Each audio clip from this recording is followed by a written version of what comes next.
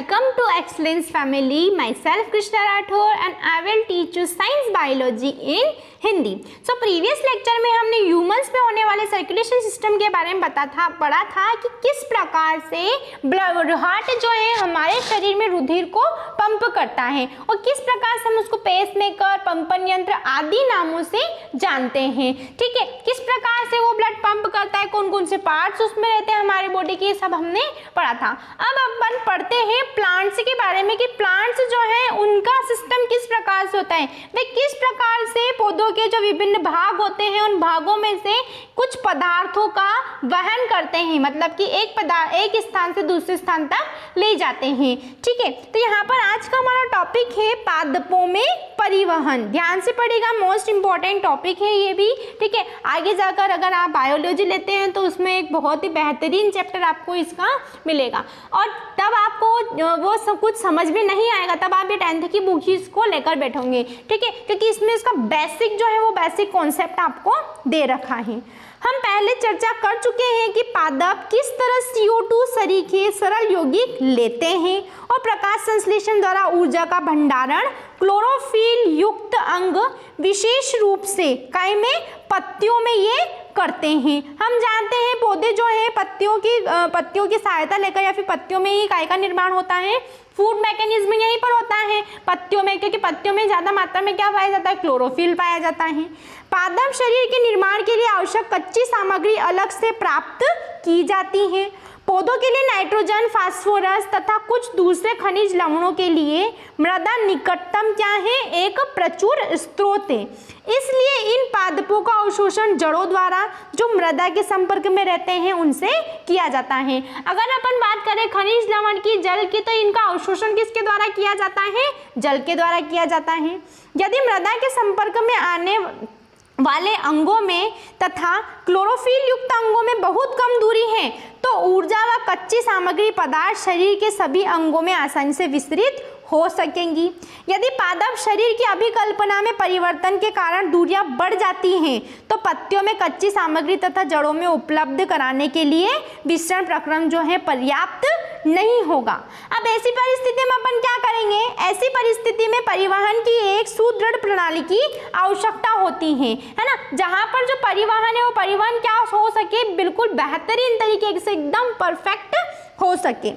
विभिन्न शरीर अभिकल्पना के लिए ऊर्जा की आवश्यकता जो है भिन्न होती है ना। जिसका जितना सूक्ष्म शरीर रहेगा उसको एनर्जी उतना ही कम लगेगा, जो जितना बड़ा प्राणी उसको एनर्जी उतना ही ज़्यादा लगता है।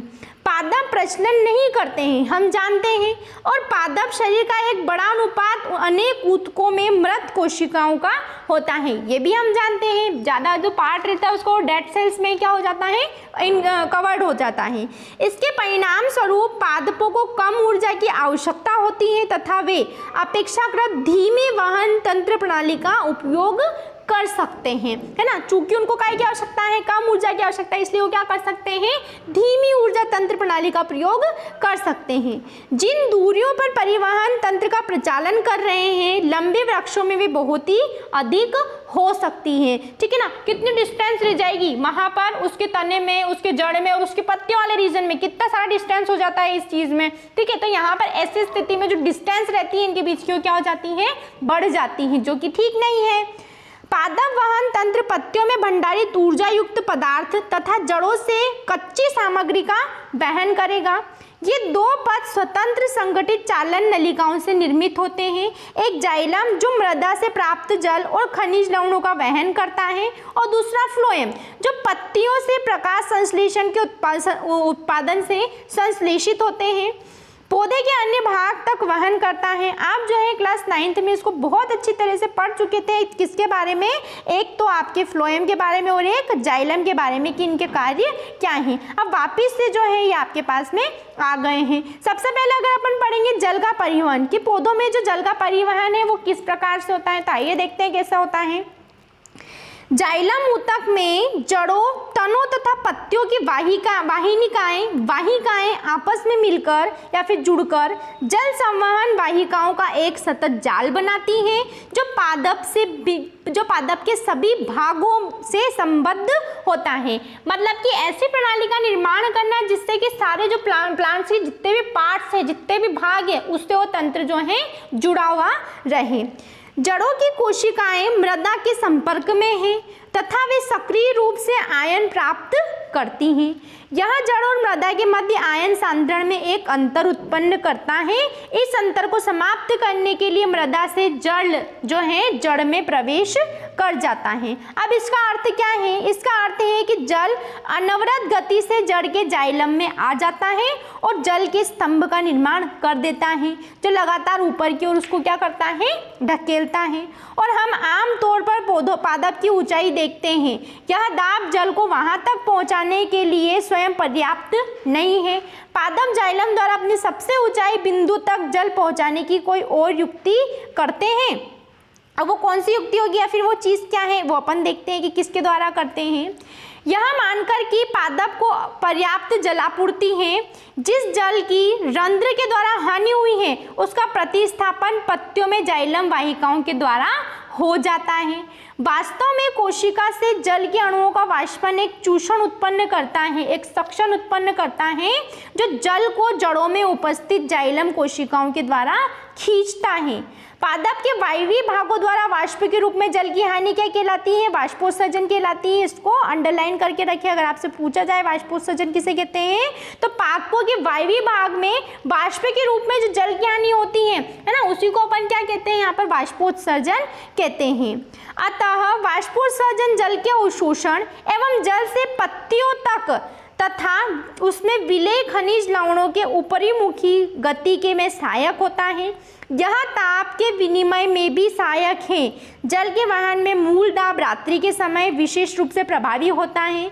दिन में जब रंध्र खुले हैं तो वाष्पोत्सर्जन कर्षण जाइलम में जल की गति के लिए मुख्य प्रेरक बल का काम करता है। इस प्रकार से गति होती है। किसमें? अगर अपन बात करें पौधों में जल का वहन किस प्रकार से होता है, तो इस प्रकार से होता है। दूसरा हमारा ये है भोज्य तथा दूसरे जो पदार्थ होते हैं उन पदार्थों का स्थानांतरण किस प्रकार से होता होगा। देखते हैं किस प्रकार से होता है। अब तक हम पादप में जल और खनिज लवणों की चर्चा कर चुके हैं। अब हम चर्चा करते हैं कि उपापचय क्रियाओं के उत्पाद, मतलब कि जो उपापचय क्रियाएं हो रही है जिसके द्वारा यहाँ पर भोजन बन रहा है, उसके जो उत्पाद हैं उन विशेष रूपों से प्रकाश संश्लेषण जो पत्तियों में होता है तथा पादप के अन्य भागों में उसको अपन कैसे भेज सकते हैं, कैसे वह जाएगा।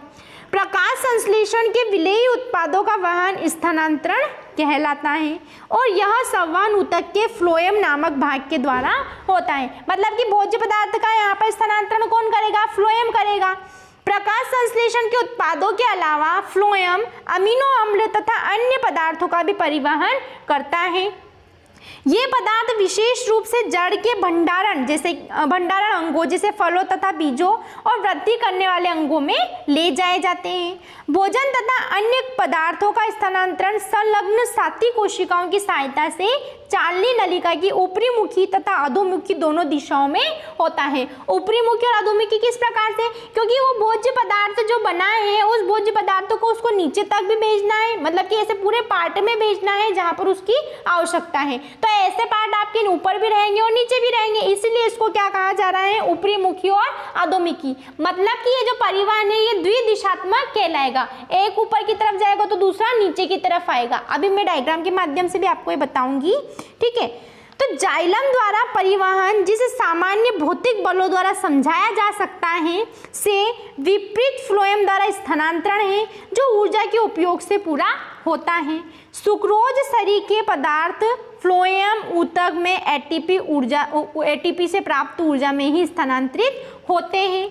यह जो ऊतक होते हैं इन ऊतक का परासरण दाब ये बढ़ा देते हैं, जिससे जल प्रवेश जो जल जो है इसमें वो क्या कर जाता है? प्रवेश कर जाता है ना। यह दाब पदार्थों को फ्लोएम से उस ऊतक तक ले जाते हैं जहां कम दाब हो। या फ्लोएम को पादप की आवश्यकता के अनुसार पदार्थों का स्थानांतरण कराता है। उदाहरण के लिए अगर अपन यहाँ पर ले, बसंत में जड़ व तने के ऊतकों में भंडारित शर्करा का स्थानांतरण किसके द्वारा होगा? कलिकाओं में होता है, जिसे वृद्धि के लिए काय की आवश्यकता होती है?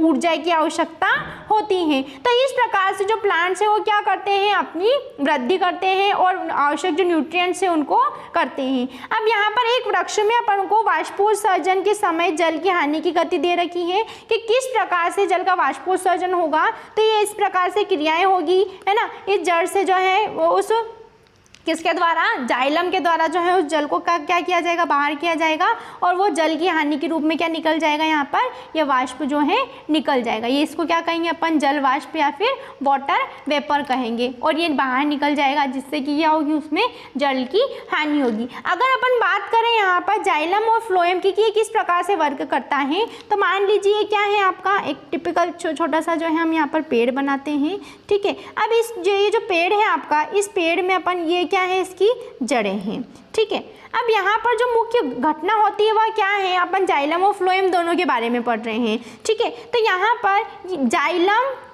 और फ्लोएम, तो ये जाइलम जो है ये क्या काम करता है? आपका जल का वहन करता है। क्या करेगा? जल का वहन। और फ्लोएम क्या करता है? यहाँ पर खाद्य का वहन करेगा, खाद्य पदार्थ का वहन करेगा, ठीक, मतलब कि भोजन का वहन करता है। चूंकि जल जो है किसके द्वारा अवशोषित किया जाता है? इन जड़ों के द्वारा ये अवशोषित किया जाएगा।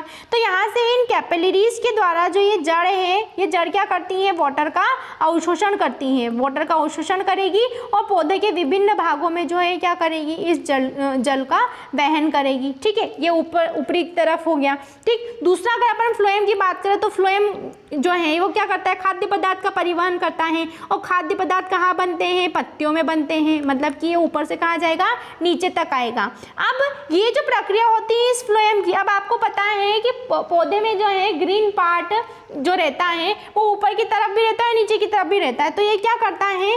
संपूर्ण दिशा में क्या करता है? अपने भागों को जो है या फिर अपने खाद्य पदार्थों को पहुंचाता है। जड़ तक जो है उन न्यूट्रिएंट्स को ये क्या करेगा? पहुंचाएगा। प्लस अगर इस दिशा में भी है तो इस दिशा में भी भोजन जाएगा, इस दिशा में तो इस दिशा में भी भोजन जाएगा। इस प्रकार से जो है द्विदिशात्मक कार्य करता है। अधोमुखी भी और ऊपरीमुखी भी यह कार्य करता है। अधोमुखी किस प्रकार से? ऊपर की, और ऊपरीमुखी किस प्रकार से? नीचे की ओर हो रहा है, इसलिए इसे द्विदिशात्मक जो है वहन कहते हैं। तो इस प्रकार से जाइलम और फ्लोएम के द्वारा क्या किया जाता है? यहाँ पर विभिन्न पदार्थों का वहन किया जाता है।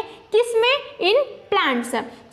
आज के इस वीडियो लेक्चर में हमने देखा है पादपों में होने वाला वहन। अब आपका सिर्फ एक और टॉपिक बचता है इस चैप्टर से रिलेटेड, दैट इज एक्सक्रीशन या फिर उत्सर्जन तंत्र, जो कि हम नेक्स्ट वीडियो लेक्चर में देखेंगे, ठीक है। आई होप आप सभी को ये लेक्चर जो है अच्छे से समझ में आया होगा। कोई डाउट है तो आप हमसे कमेंट बॉक्स में पूछ सकते हैं। Keep watching our videos. Thank you.